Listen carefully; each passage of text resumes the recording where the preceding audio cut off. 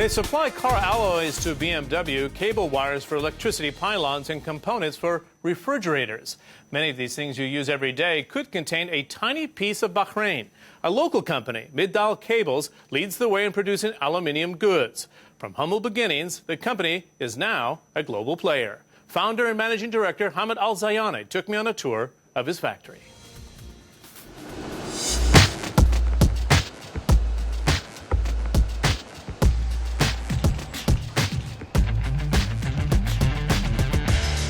This shiny, high-grade cable may very well find its way to an electricity pylon near you.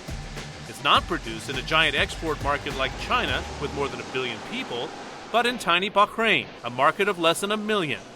Without the benefit of giant oil reserves like neighboring Saudi Arabia, members of the merchant families of Bahrain, like Hamid Al-Zayani, have turned to manufacturing. Some Gulf states, there maybe don't need to be in manufacturing if they are very oil-rich. But in Bahrain, we have learned how to sweat it off and to hard-earn it.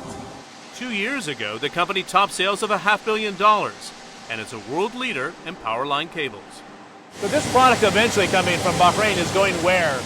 Well, it could be going to, we have a contract right now in Peru, we have a contract in Australia and Saudi Arabia.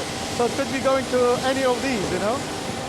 Midal Cable's roots go back more than 30 years with its original partner from Australia. But it was the opening up of the Alba factory, Aluminium Bahrain, just down the road, which prompted the creation of Midal. Now its high-grade utility cable goes to markets all around the globe. Midal receives its aluminium in liquid form from the Alba smelter, so melting down slabs is not required. This giant 12-ton pot tips right into the furnace and comes out ready for manufacturing. But the fact that you're in the shadow of the Alba factory makes a huge difference in terms of cost. Of course, that's part of the viability of the project. While Bahrain may not be rich in oil, the Gulf Island state has ample supplies of low-cost natural gas, which Al-Zayani says makes up half the cost of production. Each one of these coils comes off the production line weighing about 3,000 tons. And although not a fine wine process, they do need to cure for about 15 days before they're exported. They're still warm to the touch. So this is how it comes out, you know?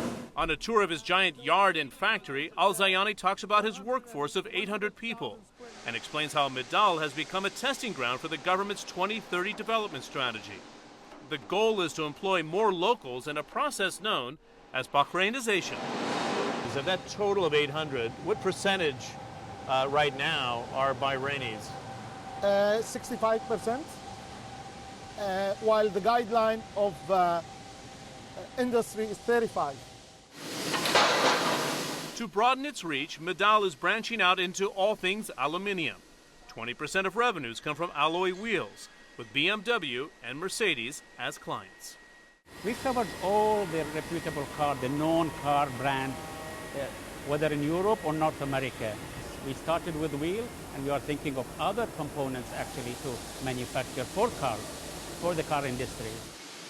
At the same time, the company is going into other markets to fend off trade barriers and intense competition. It recently finalized a joint venture in Abu Dhabi and wants a bigger presence in the U.S. and Australia. I guess when you come from a small country, you have to feel big by having the world as your territory. As your market. Yeah. Says the man who took what was a tiny company with $1 million in revenues 3 decades ago to a world leader in its niche today.